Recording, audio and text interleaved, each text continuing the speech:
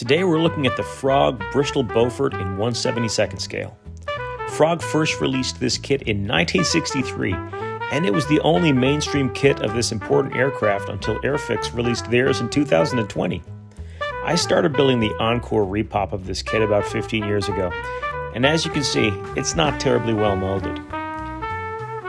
But the kit is generally accurate, even if it is a lot of work. I started off by simply painting the interior, no heavy detail, and joining the fuselage halves and filling the seams.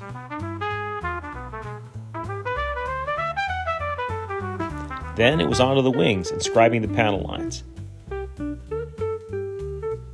The plastic was fairly soft, so this presented no problems.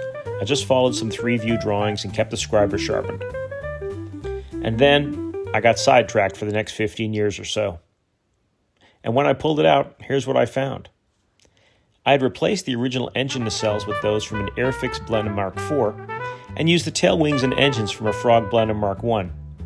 Those helped the overall shape a lot. The big issue were the clear parts, as they're unusable. So I found this excellent Tasman Beaufort upgrade set online, made specifically for the old FROG kit.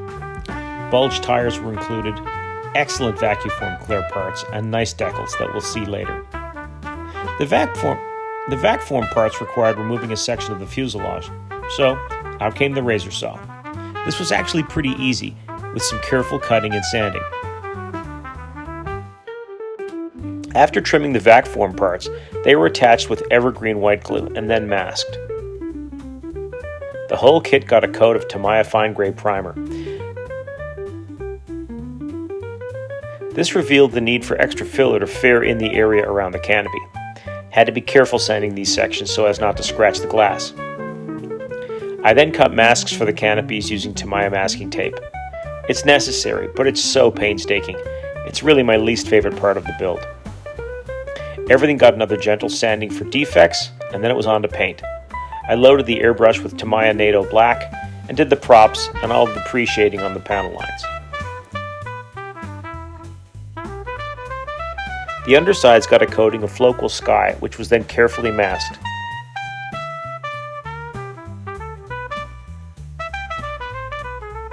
And for the top sides, I free-handed the camouflage scheme of Floqual RAF Dark Brown and RAF Dark Green.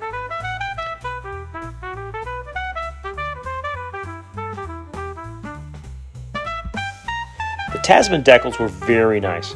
I'm doing this as a Beaufort from the Royal Canadian Air Force 32nd Operational Training Unit, and after a few coats of gloss, the decals went on without a problem. I then masked and sprayed the brass leading edges of the cowlings. Please don't judge my masking technique. I sealed the paint with another layer of gloss and then added a dark oil wash to the panel lines and coated the kit with Tamiya matte varnish from a rattle can. Next, I added the rear gun, which came from the scrap box, and added the turret glazing, and I removed all of the window masking. Finally, I put on the aerial with some Easy Line.